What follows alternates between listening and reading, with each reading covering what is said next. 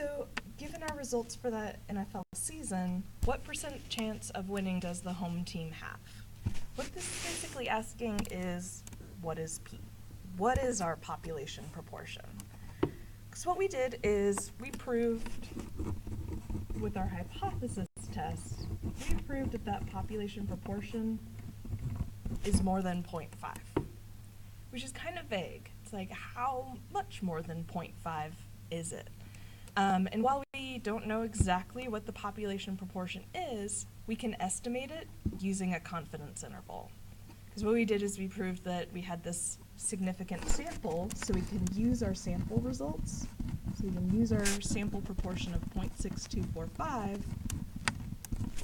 as our new best estimate for our population proportion. And from there, build an interval around it. So remember our confidence intervals, we take our sample proportion plus or minus our z star value, the square root of p hat times q hat over our sample size. So for us, taking 0.6245 plus or minus, and since we're working with 95% confidence, that'll bring through a 1.96, square root of 0.6245 times 1 minus that value over our sample size of 245. So we'll be taking 0.6245 plus or minus a margin of error of 0.0606.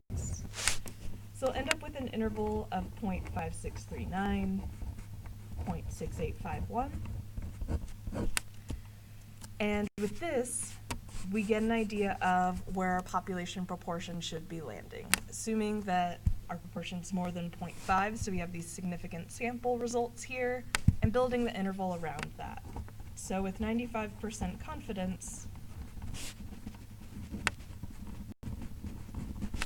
the proportion of home games won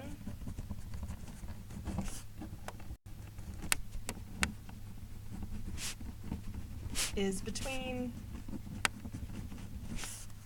56.39% and 68.51%. Something you'll notice is that this supports our conclusion for the test of proving that the proportion's more than 0.5 because this interval lands consistently above 0.5. If we had an interval and 50% was in there, that would be saying that 0.5 is a possible value for our proportion.